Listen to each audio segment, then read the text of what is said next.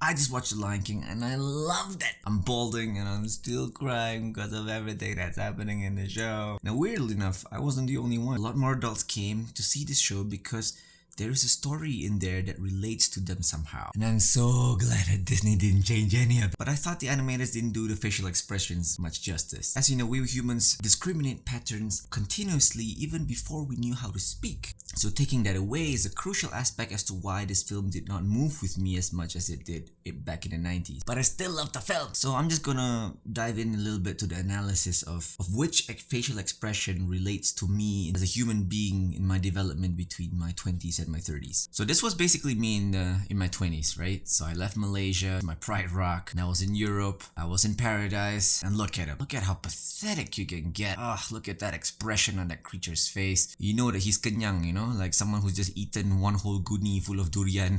And he's got this pathetic, self-satisfied, naive, clueless grin on his face. But animators did a good job in capturing those expressions. It's such a complicated expression. Rasa macam nak sepak je kan. And it should be, and it's exactly what happens later on. So this was basically me in my 20s. Now I was very mature back then. I got my independence from my parents. I don't live in Malaysia anymore. But I had a lot of coursework and that made me sort of not responsible for anything but myself. And this situation, the animators captured this well because one of the things you see is that his eyebrows are always pointing up in the middle, whereas his father's eyebrows are always pointed down in the middle. You can see the difference between someone who is serious, someone who has control over his aggression, as compared to this guy who's just like, you know, I'm imposing all my will on things and this is an immature face, and the animators captured that brilliantly. So you're trudging away through your life, Hakuna Matata style, and then you go through your mid-20s and you're basically in paradise. You find women that might entice you, might not entice you, and you wrestle and you play around.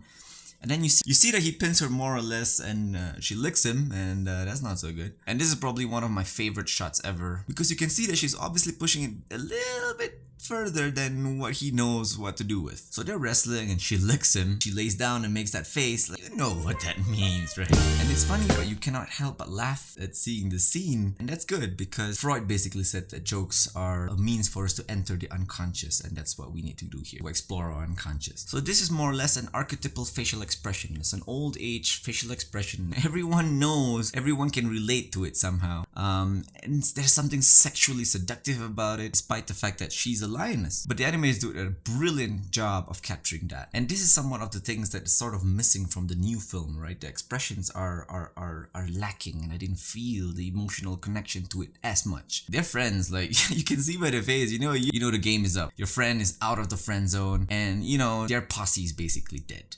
And whatever attractions that they can offer is paling in comparison to that. And that's usually what happens once you've dated 4 to 5 people. You know, you stay in a posse and you date other people, 4 to 5 people, and you slowly see the patterns repeat itself. And usually it takes a woman who knows what she wants. You know, usually women who are already running against the biological clock, the one who's running close to 30. They force basically a boy or a child to become a man by taking on more responsibilities. And this is quite normal. Most men act on impulsive pleasures. So she thinks that he's pretty pathetic, and the reason for that is, well, he's pretty pathetic anyway. And she tells me, yo, you're the king's son and now you're here out in paradise doing nothing, abandoning all your responsibilities. Now she's really, really disappointed.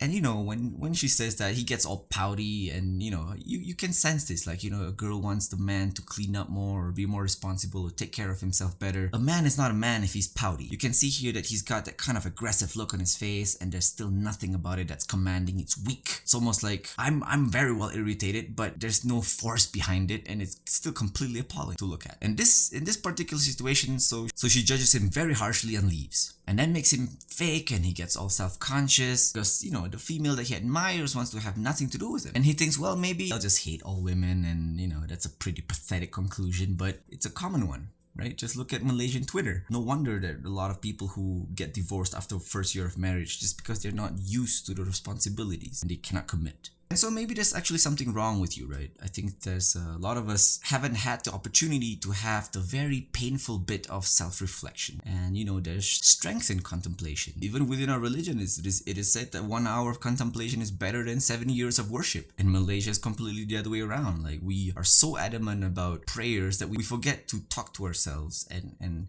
and have that conversations with ourselves and get to know ourselves better and find that inner peace while doing it. So if you contemplate and pose a serious question to the self, and Rafiki is a good symbol of that self, right? He's that man in the mirror. So if you ask him certain questions that is really, existential questions, and he will answer. And he asks you to look down in your own reflections, and then you say, look deeper, and there's some merit to this. Like, descend deeper into chaos, and there's always a deeper consciousness lying somewhere there. And now you see what the animators did here is very cool, because there's Simba and there's his reflection, but you can already see that he's already half of his father. You see? Look at the difference in the eyebrows.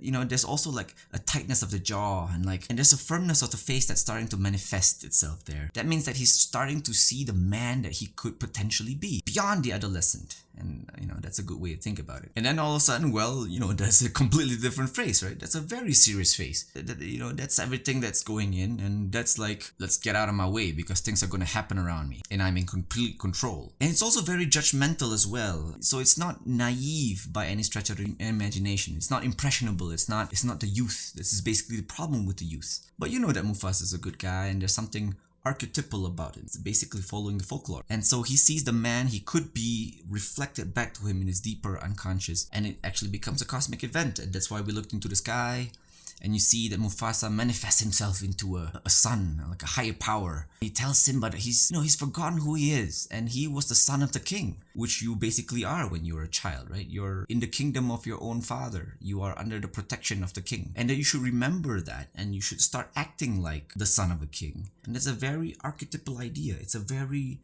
religious idea, and religious stories are supposed to be the framework, the bedrock that structures how you live, first as an individual and then as a member of society, as a member of the state. Malay Muslims, on the other hand, only think about how to stop gay butt sex and which chocolate is not haram this month, instead of helping others to manifest their sovereign individuality. That's one reason why I think we don't deserve Islam as Malaysians. We're still a bunch of adolescent kids, children who still rely on the government to give us aid and spoon feed the nation, complain when there's not enough resources. You can't have it both ways.